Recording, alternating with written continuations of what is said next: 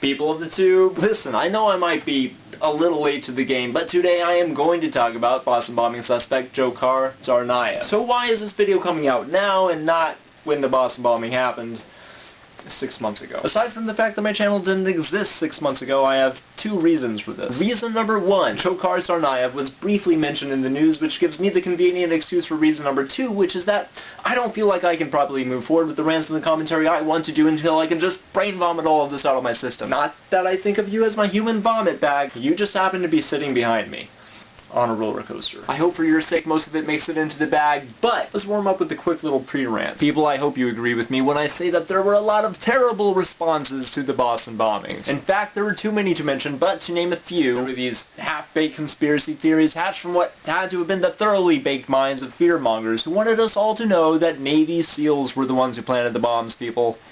Navy SEALs, who in covert SEAL fashion wore these big white SEAL skulls on their hats, because I guess that's just what you wear when you want everybody to know that you are in fact a Navy SEAL who's about to kill and maim a bunch of US civilians on US soil at a media-covered sporting event. And there was that columnist on Twitter who blamed this all on the Saudi immigrants and suggested that we not treat them like the American citizens they are, but instead ankle tag them like criminals or exotic wildlife. And if that didn't shake his credibility, in his next tweet he said Muslims are evil and should all be killed. Children, do not drink the water, and whatever you do, don't drink and tweet. I'm kidding, my guess is that he accidentally just butt-tweeted that kill all Muslims part. But however you swing it, the Boston bombings brought a whole lot of crazy out of the woodwork. And then came the Dzhokhar Tsarnaev fan club. Yes, fan club. These were people who believed that Dzhokhar was simply too beautiful to be guilty of such a hideous crime. The way I see it, there are two basic responses that I could give to this level of insanity. First possible response is to do what most people on YouTube seem to do and address the fan club directly by hurling profanity at them in an all-caps half-drunken tirade, because that'll show them. Or in other words, using the same degree of reasoning that the people you're arguing against are using. Or response two, which is that I can save my breath on the fan club and instead give it in the form of logical ammunition to all of you who are just too smart to profess your love to a terror suspect. Brain ammo coming your way. Let's begin. The people who think that Dzhokhar is innocent based on his looks are guilty of believing in a long discredited pseudoscience called physiognomy. Now, physiognomy, or the idea that what a person looks like reveals that person's character and abilities, dates back to ancient Greece, though it met with some resistance as early as the Middle Ages and the Renaissance. In fact, King Henry VIII actually outlawed physiognomy, which is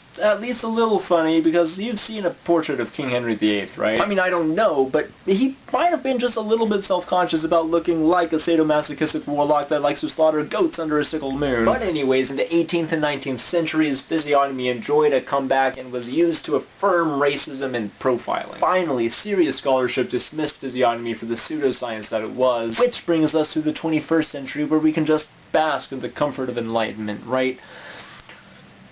Here's what I wanted to know. What gets you from Boston terror suspect to heartthrob sensation? Here's what you do. First, you take one generous dollop of ancient Greek pseudoscience, now water it down, and I mean really water the sucker. Don't even be afraid to drown it. Add to that any and every kind of hazardous combination of mind-altering substances known to humanity. Got it? Good, because you're going to want to throw in an unhealthy dosage of teenage hormones and existential angst. Now for that, you're probably going to want the entire limbic and endocrine systems of an adolescent sheep, puma, and heat, and a vogue, and anything else that may, when taken together, indicate or contribute to the end of all civilization in the fairly near future. Add the blender to puree, and there you have it, a cocktail that, if you live to tell the tale, is almost certain to make you fall head over flip-flops for the Boston bombing suspect. Drink it. Drink it. For those of you still counted among the living, you made it through the selection process, so etc. So admittedly, I might be just a little bit intense about stuff like this, but the truth is that there are just too many people out there who are themselves intensely ignorant, brazenly stupid, and comprise a large percentage of our population and even work on Capitol Hill, which is a little terrifying because here we are with access to more information than any generation before us, and yet for whatever reason there are still people who are intent on staging a coup on pretty much all the advances we've been able to accomplish in the past 2,500 years. But who am I really to judge these people for wanting a faux Aristotelian renaissance just so that they can have their precious little toga party with a soon-to-be convicted terrorist?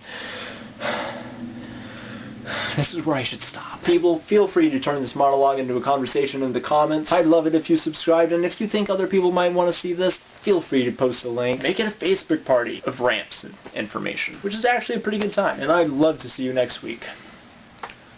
I said next week.